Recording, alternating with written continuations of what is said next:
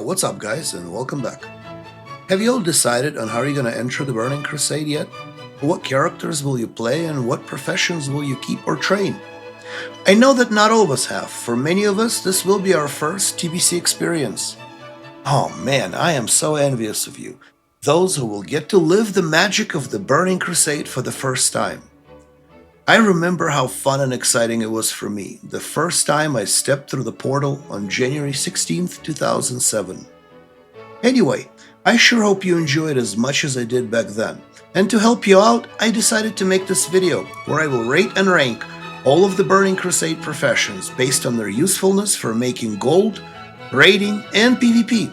I hope you enjoy, and if you do find this video at all interesting or informative, please make sure to hit the like and subscribe buttons so YouTube algorithms see that it's not trash and recommends it to more people. Anyway, without further ado, I bring to you, let's go. So let's be honest, in classic era professions kinda suck. For the most part. Each profession has a few recipes that are viable and are used, but the hundreds of other recipes are never used and are completely useless. Like for example the blacksmith. Blacksmith will make elemental and dense sharpening stones, but will never even think about making a bunch of level 37 mithril scale pans, right? Well, TBC tries to fix that with some tweaks and changes. They try to make changes to professions to make them more useful. So here on the top left, we have where each profession ranks currently in era. And below on the bottom left, and on the top and bottom right, this is where I would rank each profession with respect of it being viable for gold making, PvP, and PvE.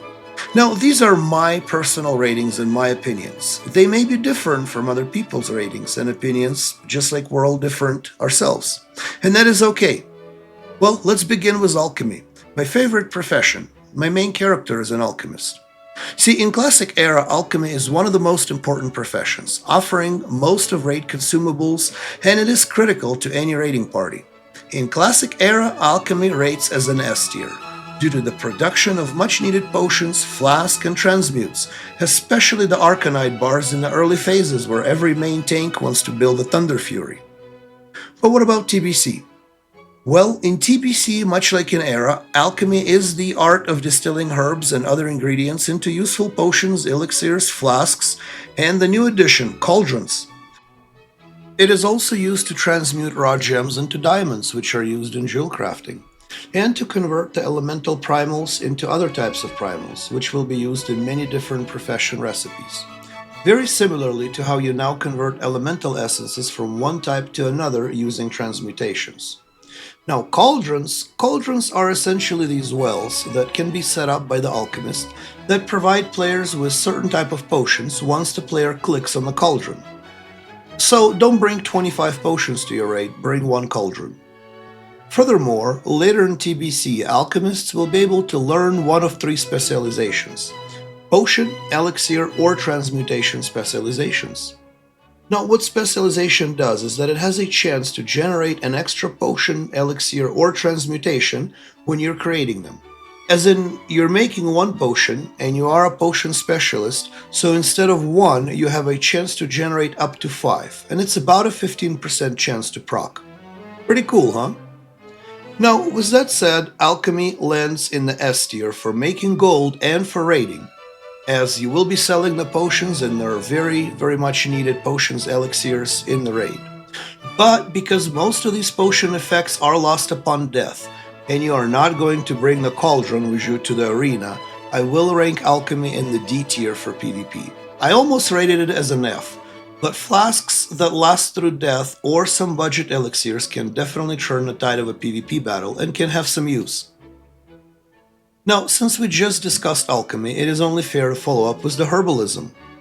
Now, since herbalism is a gathering profession and it does not produce any consumable items, and will not allow to gather anything from corpses of downed players, I will not rate it in PvP. It just its usefulness for making gold and raiding. Now, in classic era, herbalism is a meme profession due to overly large amount of gathering bots, at least on the current anniversary servers.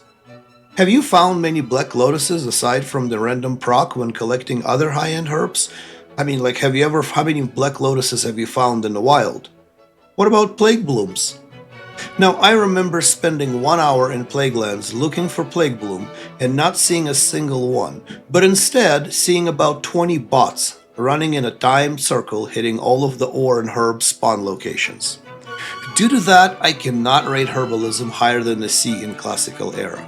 If it was not for the bots, it may be in the A tier, but since you can barely gather any valuable herbs, it has to go to the C.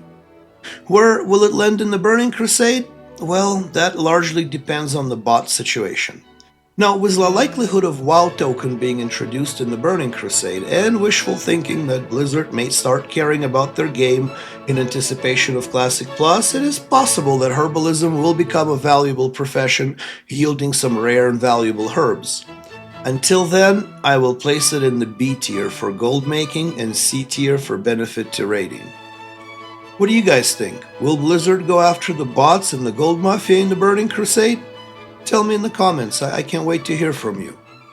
Now, next we have Enchanting. See, in Era, Enchanting is a critical profession that is used by 99% of player base. Everyone's got some kind of enchants. But due to the nature of how they can be obtained and the mechanics of Enchanting, I'm going to rank it as a B tier in the current era. Let me explain. To make enchants, you have to be face to face with an enchanter, right? Enchants cannot be sold in the auction house or traded to be used later. To make money with enchanting, one has to sit idle in a capital city spamming local. All while an alchemist, for example, can unload all the potions to the auction house and go farm some gold while the potions sell. Furthermore, the whole enchanting business is based on tips. Since most people bring their own mats, enchanters mostly offer free enchants and hope to get a tip, which can vary from nothing to a good amount of gold. Being able to disenchant gear is great, but unless you are a raid leader or a master looter, you are unlikely to greatly benefit from it. Lastly, most guilds have a dedicated enchanter who gets all the recipes and materials, but in turn enchants guild members' gear for free, further reducing the demand and profit margin. With all that considered, I am placing the Enchanting into B tier in the current era. Now, but what about the Burning Crusade? Well, unfortunately, selling enchants on the auction house does not get introduced until Wrath of the Lich King. So to sell their services, enchanters are still stuck spamming local. However, the Burning Crusade does add a few twerks to the profession that makes it more valuable and better than it is in Era. Now, there are two main ones. First, to disenchant gear, enchanter must be of certain level. So no more level 5 bank alts that is disenchanting the end gear or the end game gear for the high-end resources. The formula is you would round up the item's required level to the next multiple of 5, multiply that number by another 5, and then subtract 75. I know it's a complicated formula, but I mean, bottom line is the reason for it is so there's no more level 5 bank alts with enchanting trained, where all of your other non-enchanting alts will mail all their junk loot for it to be disenchanted. So what this also means is there will be less enchanting materials available, and therefore whatever you do disenchant will be in more demand and at a higher price. Now, second major thing being changed with enchanting is that there will be added some very powerful enchants to the rings, but only the enchanter could wear the rings with those enchants. So if you're not enchanter, you won't be able to put that ring on if it has the enchant on it. Now, with that taken into account, I will rank enchanting in the A tier for all, gold making, PVE and PVP, as being able to disenchant items and doing local spam will bring decent money, and being able to enchant own gear with stats for PvP and PvE, plus being able to be the only one with the enchanted rings, will offer the edge in both raid or the arena. Now let's talk about tailoring. In Classic Era, tailoring is a really cool profession that doesn't require a gathering profession to support it or to collect the ingredients. Now, tailoring offers all of the regular benefits of making own gear, plus making the moon cloth, which is essentially like a transmute with a 4-day cooldown. Also making loose cloth into bolts, which always sell for a lot more on the auction house.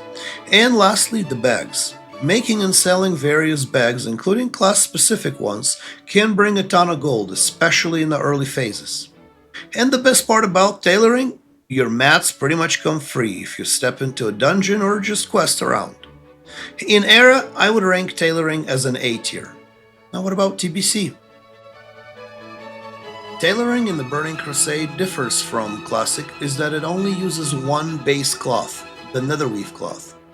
But it uses that base cloth to create many different kinds of cloth, including the bolts of imbued netherweave, the bolt of soul cloth, and as well as specialty cloth, the primal moon cloth, shadow cloth, and the spell cloth. Tailors will be able to pick one of three specializations. And while all tailors, regardless of specialization, will be able to make all three specialized cloth, the specialists will make two instead of one of the cloths that they specialize in. Somewhat similar to Alchemy, but guaranteed proc since there is a cooldown involved. Now also new bags of all kinds will be available to tailors, as well as the leg-specific enchants with the spell thread. All that combined with no need for gathering profession lends tailoring into the S tier for gold making, A tier in PVE and raiding, as that's where you're going to be collecting your cloth into the bags that were made with collected cloth from before. But in PvP, short of making your own gear, tailoring really doesn't offer anything unique. For PvP, I will rank tailoring as a D tier. What do you guys think? Do you disagree? Please let me know in the comments. I welcome all sorts of feedback. Next, let's go to blacksmithing. Now, I feel like in Classic Era, blacksmithing offers the least of perks and benefits. Most of the product will never be crafted or used, even for disenchanting purposes like the cloth items.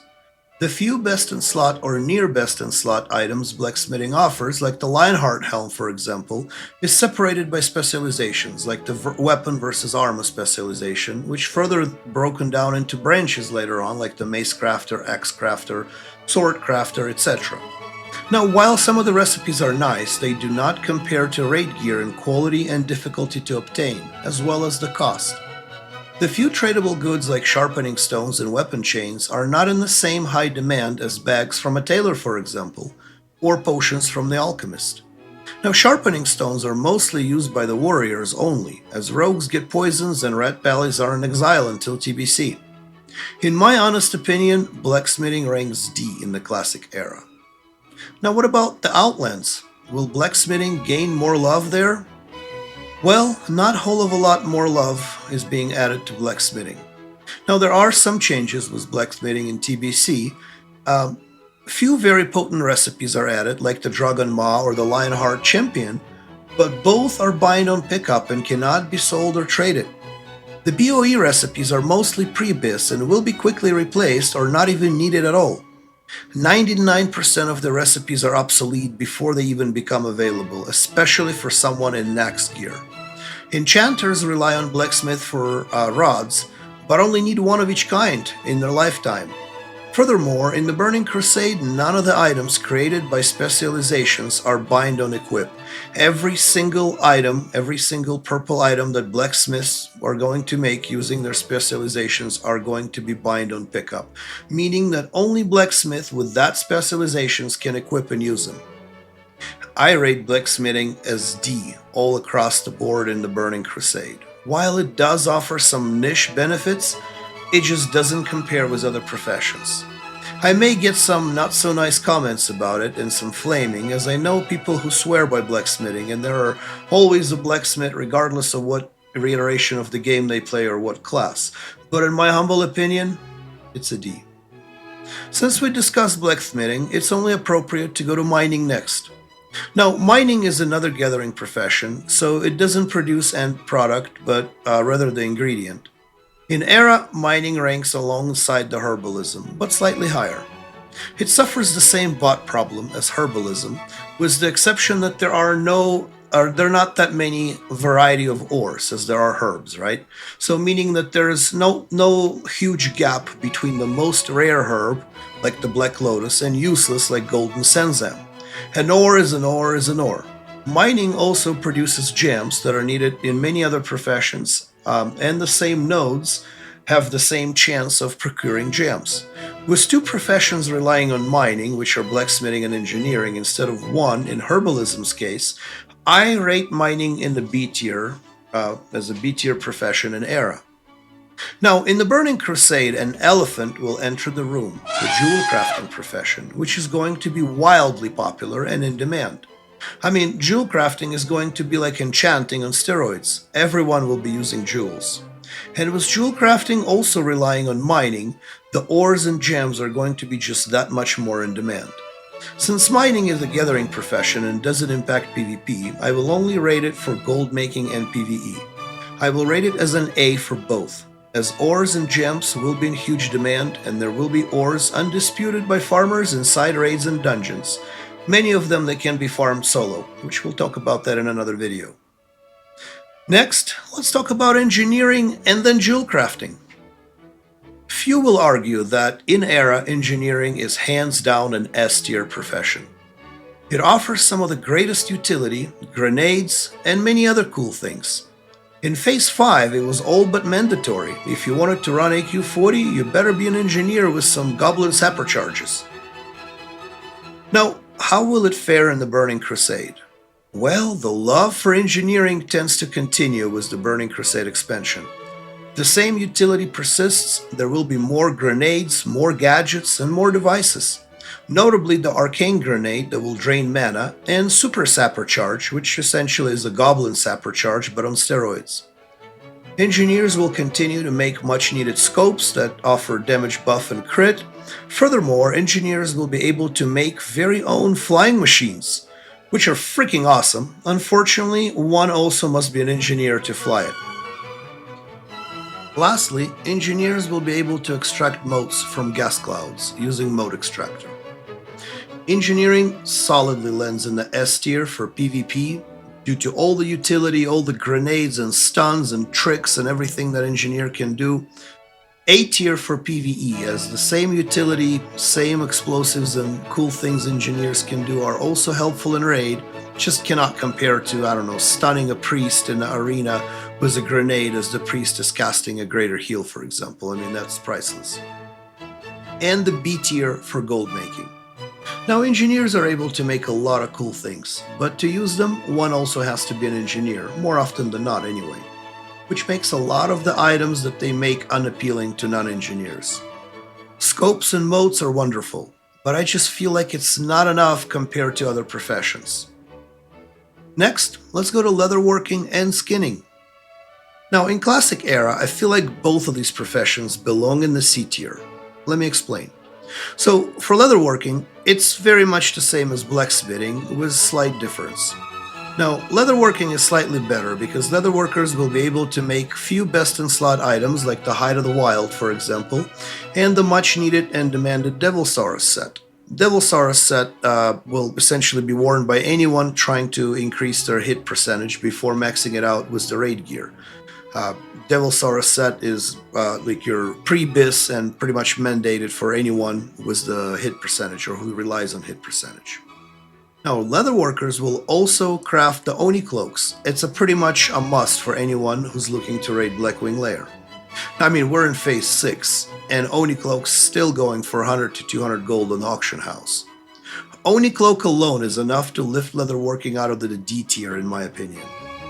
Now, skinning is so easy. The leathers are so easy to obtain. You don't need to venture into caves, ride across terrain looking for spawns, just go kill beasts.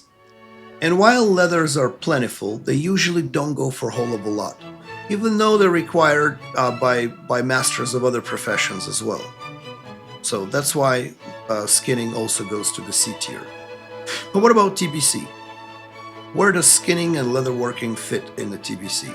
Well, we'll start with leatherworking.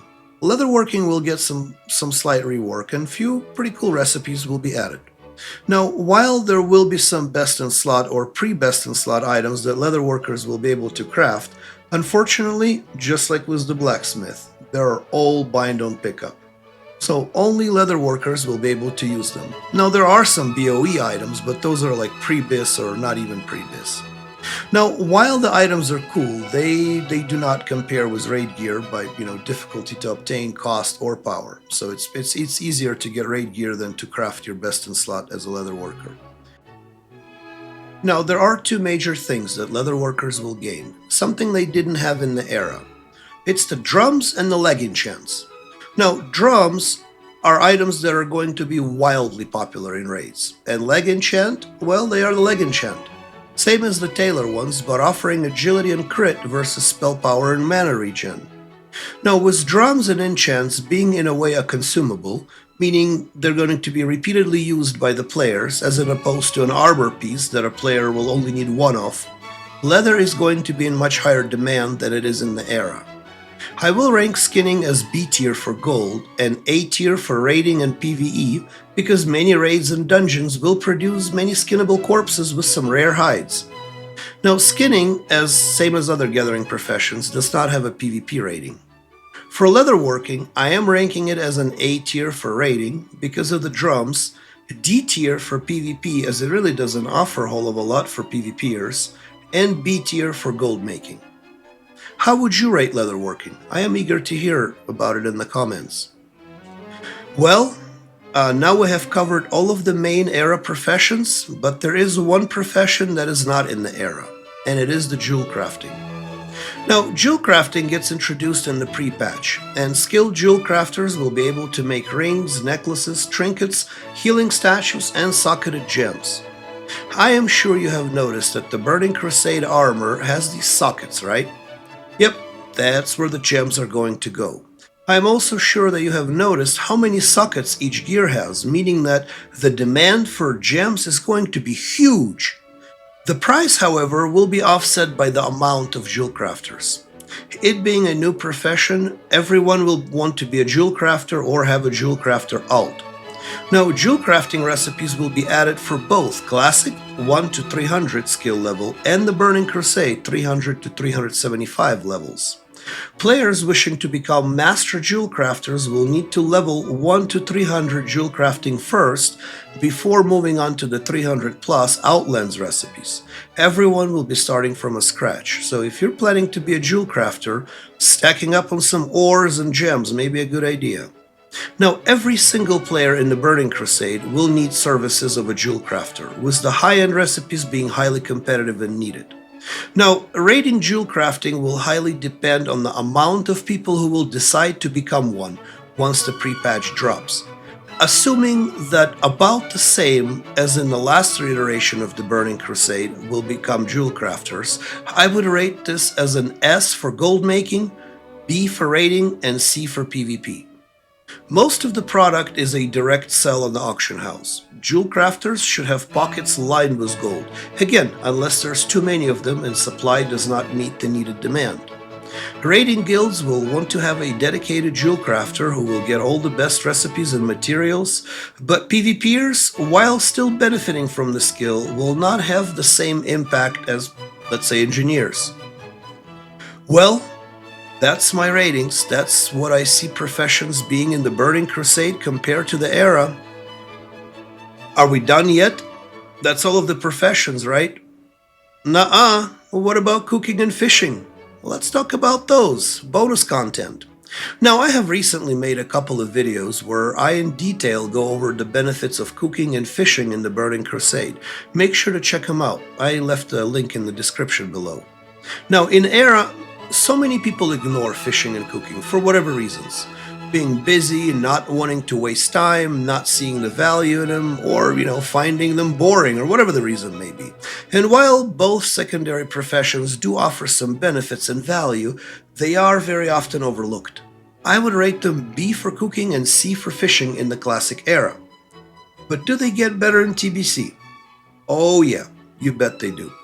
Both fishing and cooking get a major overhaul and become vital and critical professions for both raiding and PvP, offering some inexpensive and often best-in-slot food buffs.